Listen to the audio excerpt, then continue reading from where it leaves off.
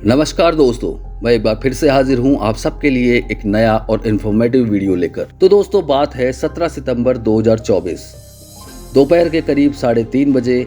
Lebanon में उस वक्त खौफ के बादल छा गए जब एक साथ हजारों पेजर डिवाइसेस जोरदार धमाके से फट पड़ी। ये पेजर डिवाइसेस हिजबुल्लाह ग्रुप के मेंबर्स एक दूसरे से कम्युनिकेट करने के लिए इस्तेमाल करते थे। उस वक्त कोई बाजार में था, कोई घर पे, तो कोई अपने रोजमर्रा के कामों में मशगूल था। हिजबुल्लाह मेंबर्स का कहना था कि उनकी पेजर डिवाइसेस में कोई मैसेज रिसीव हुआ और उसके साथ ही जितनी भी डिवाइसेस उस वक्त ऑन थी वो एक जोरदार धमाके से फट पड़ी। अभी तक 12 लोग इस हादसे में अपनी जान गंवा बैठे हैं, जिनमें से कुछ बच्चे भी शामिल हैं, जबकि 3000 से भी ज्यादा लोग अलग अलग इलाकों में जख्मी हो चुके हैं। धमाके लेबनान में हुए, जबकि इनकी गूंज दुनिया भर में न्यूज हेडलाइंस में सुनाई दी। लेबनान में इमरजेंसी डिक्लेयर हो गई है, हर जगह भगदड़, एम्बुलेंस का शोर और हॉस्पिटल्स में इतना रश कि जख्मियों के लिए बेड तो क्या, कुर्सियां भी कम पड़ गई। अभी ये मामला थमा ही नहीं था कि अगले दिन 18 सितंबर 2024 को हिजबुल्लाह के सभी वॉकी टॉकीज एक साथ धमाके से फट पड़े। 3000 से भी ज्यादा डिवाइसेस का इस तरह एक साथ फट जाना कोई नॉर्मल बात नहीं थी। हिजबुल्लाह ने इन सबकी जिम्मेदारी अपने सबसे बड़े दुश्मन इजराइल पर डाली है, लेकिन आखिर ये सब मुमकिन कैसे हुआ? तो दोस्तों, आपको बता दूं कि पेजर डिवाइस एक वायरलेस कम्युनिकेशन सिस्टम के जरिए काम करती है। इसमें किसी भी किस्म का सिम कार्ड या कोई मोबाइल नेटवर्क नहीं होता। रेडियो सिग्नल के जरिए इस डिवाइस में टेक्स्ट मैसेज सिर्फ रिसीव हो सकते हैं। कॉल या ऑडियो मैसेज रिसीव करने का कोई फंक्शन इसमें नहीं होता। हिजबुल्लाह का ग्रुप पहले सेलफोन पर डिपेंडेंट था, लेकिन उनको खतरा था कि इजराइल, जिनके साथ वो पिछले कई महीनों से जंग लड़ रहे थे, वो सेलफोन्स को हैक करके उनकी लोकेशन को ट्रैक कर सकते हैं। यही वजह थी कि उन्होंने मोबाइल फ़ोन पर बैन लगाकर सबसे सिंपल और सबसे सिक्योर डिवाइस पेजर को इस्तेमाल करने का फैसला किया, जिनको वो इजराइल की इंटेलिजेंस एजेंसी मोसाद से छुपकर एक अनाउंसमेंट ग्रुप के तौर पर इस्तेमाल कर रहे थे। इस अनाउंसमेंट ग्रुप में इंपॉर्टेंट अपडेट्स एक साथ सभी को रिसीव हो जाती थी। सभी पेजर डिवाइसेज एक पेजर नेटवर्क के साथ कनेक्टेड होते हैं। जब भी कोई मैसेज भेजना हो तो वो पहले पेजर नेटवर्क पर जाता है और फिर उस नेटवर्क से कनेक्टेड दूसरे जितने भी पेजर होते हैं उन तक ये मैसेज पहुंच जाता है।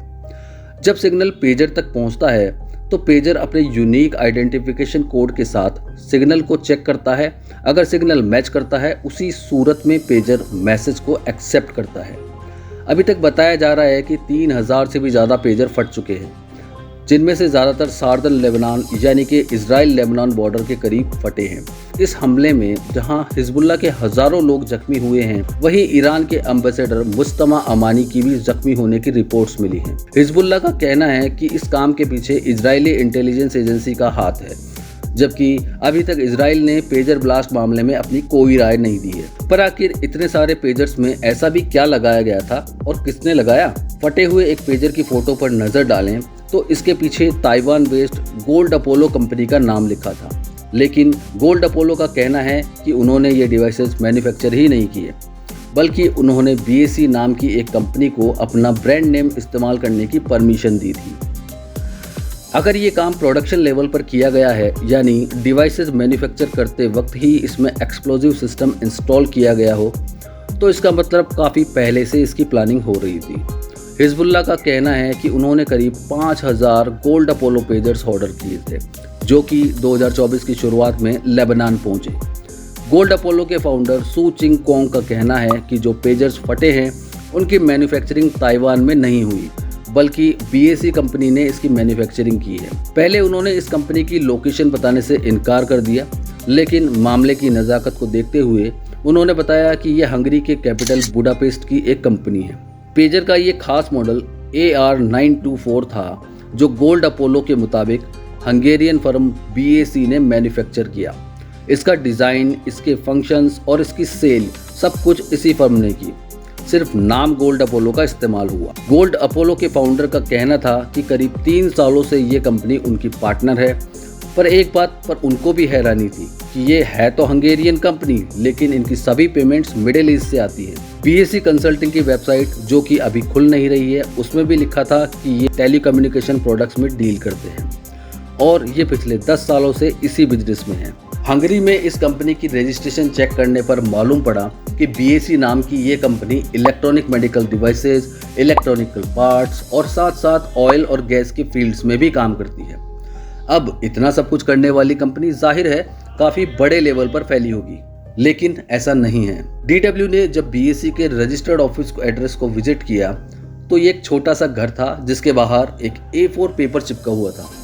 इस पेपर पर दूसरी कंपनी के साथ BAC कंसल्टिंग का भी नाम लिखा हुआ था। बिल्डिंग में मौजूद लोगों से पूछा गया तो उनको भी इस कंपनी के बारे में कोई जानकारी नहीं। अब ऐसा समझा जा रहा है कि ये कंपनी एक शेल कंपनी है, यानी वो कंपनी जो किसी खास काम के लिए नहीं बल्कि इलीगल एक्टिविटीज करने वाली कंपनी है। कंपनी के फाइनेंशियल रिकॉर्ड्स की जांच की गई तो मालूम पड़ा कि BAC ने हाल ही में 18 मिलियन हंगेरियन फॉरेंस का प्रॉफिट भी डिक्लेयर किया था, जो कि करीब $51,700 होते हैं। जब लेबनान में पेजर धमाकों ने तबाही मचाई उस वक्त BAC की वेबसाइट खुल रही थी, लेकिन कुछ देर बाद इसमें एरर आने लगा, जैसे इसका एक्सेस जानबूझकर बंद किया गया हो। ऑफिशियल रिकॉर्ड्स में BAC की CEO क्रिस्टीना बरसोनी अर्शियाकोनो नाम की एक औरत है जो 2016 से ही कंपनी के साथ है, जबकि कंपनी के मालिक का नाम बरसोनी आशियाकोनो बताया जा रहा है। नाम के हिसाब से तो दोनों का हस्बैंड वाइफ का रिश्ता लगता है। दोनों को कई फोन कॉल्स की गई लेकिन किसी ने भी रिसीव नहीं किया। सिर्फ NBC न्यूज ने रिपोर्ट किया कि उनकी क्रिस्टीना से फोन पर बात हुई थी, जिनका कहना था कि वे गोल्ड अपोलो के साथ काम तो करती हैं लेकिन सिर्फ कमीशन एजेंट के तौर पर, यानी पेजर्स वे खुद मैन्युफैक्चर नहीं करते। अब जब ये सारा मामला उठा तो हंगेरियन गवर्नमेंट भी बीच में कूद पड़ी। उनके स्पोक्सपर्सन ने X पर एक ट्वीट में कहा कि BAC की किसी किस्म की मैन्युफैक्चरिंग फैसिलिटी हंगरी में नहीं है। BAC के रवैये और जवाब ना देने की वजह से काफ़ी लोग यही समझ रहे हैं कि हिजबुल्लाह को पेजर्स की डिलीवरी से पहले या मैन्युफैक्चरिंग के वक्त ही इसमें गड़बड़ की गई थी, जबकि शायद इस BAC कंपनी का भी डायरेक्टली पेजर अटैक्स में कोई हाथ ही ना हो, क्योंकि अगर ऐसा होता तो ये कंपनी अपनी वेबसाइट बंद करके रखती या फिर इस इल्ज़ाम से बचने के लिए कहीं गायब हो जाती।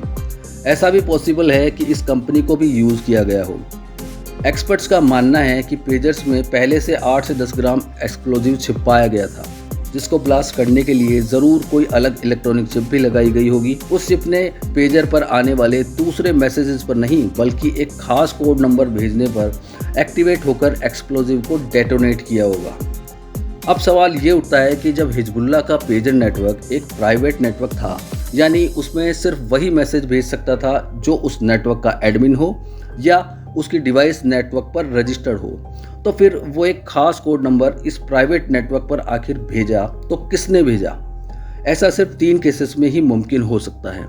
या तो हिजबुल्लाह के ग्रुप में मुसाद का कोई जासूस हो, या मुसाद के पास ऐसी काबिलियत है कि वह प्राइवेट रेडियो फ्रिक्वेंसी का नेटवर्क भी हैक कर सकती है, या फिर पेजर के अंदर अलग से मोबाइल नेटवर्क का कनेक्शन लगाकर SMS या कॉल करके इसको डेटोनेट किया होगा। ये तो रही पेजर धमाकों की बात, जिसने पहले दिन लेबनान में बड़ी तबाही मचाई, लेकिन अगले दिन हिजबुल्लाह के कुछ वॉकी टॉकी रेडियो सेट्स भी इसी तरीके से एक साथ फट पड़े जैसे कि पेजर फटे थे। एक वॉकी तो उस वक्त फटा जब हिजबुल्लाह का एक मेंबर पिछले दिन ब्लास्ट में मरने वाले अपने एक साथी के जनाजे में शामिल था। फटे हुए वॉकी टॉकी सेट्स की पिक्चर्स में देखा गया कि यह आईकॉम नाम की कंपनी ने बनाए हैं, जो कि जापान की कंपनी है, लेकिन आईकॉम का कहना है कि वॉकी टॉकी का ये खास मॉडल ICV82 उन्होंने 2014 में ही बनाना बंद कर दिया। हिजबुल्लाह ने ये वॉकी टॉकी सेट्स भी करीब 5 महीने पहले ही खरीदे थे, ठीक उस वक्त जब पेजर डिवाइसेस लेबनान में आई थी। लेबनीज सिक्योरिटी फोर्सेस का कहना है कि इजराइल की एजेंसी मुसाद दूसरे देशों में इस तरह के बारीक ऑपरेशन करने के लिए काफ़ी फेमस है और इन्होंने ही बड़ी प्लानिंग से महीनों पहले पेजर्स और वॉकी टॉकी में एक्सप्लोजिव प्लांट किए होंगे और फिर मौका देखकर उन्हें डेटोनेट किया होगा। आपको यहाँ बता दूं कि पहले भी इजराइल की मुसाद एजेंसी पर ऐसे ऑपरेशंस की काफ़ी इल्ज़ाम लग चुके हैं जो कि छुपकर किए गए। 2010 में मुसाद ने स्टक्सनेट नाम का एक कंप्यूटर बॉम्ब लॉन्च किया और इसका टारगेट था ईरान का न्यूक्लियर प्रोग्राम। अटैक में इजराइल के साथ अमेरिका को भी जोड़ा जाता है। 2007 में ऑपरेशन ऑर्चर्ड था जिसमें इजराइल ने सीरिया के एयर डिफेंस सिस्टम को हैक किया ताकि उनका सिस्टम इजरायली जेट्स को डिटेक्ट ना कर पाए। इस घटना के बाद दुनिया भर में एक नई बहस छिड़ गई है कि ये काम पेजर्स या वॉकी टॉकीज़ के साथ किया जा सकता है, तो क्या हमारे मोबाइल फ़ोन्स और इलेक्ट्रॉनिक डिवाइसेस सुरक्षित हैं? जंगें पहले भी होती रही हैं और आगे भी होती रहेंगी, लेकिन हमला करने का एक नया तरीका ईजाद हो चुका है जिससे बच के रहना काफ़ी मुश्किल है। आपकी इस बारे में क्या राय है, मुझे कमेंट सेक्शन में ज़रूर बताइए। अब मैं चलता हूं दोस्तों, मिलते हैं मेरे अगले वीडियो में। तब तक खुश रहें, स्वस्थ रहें और अपने आसपास सफाई का ज़रूर रखें ध्यान। जय हिंद, जय भारत।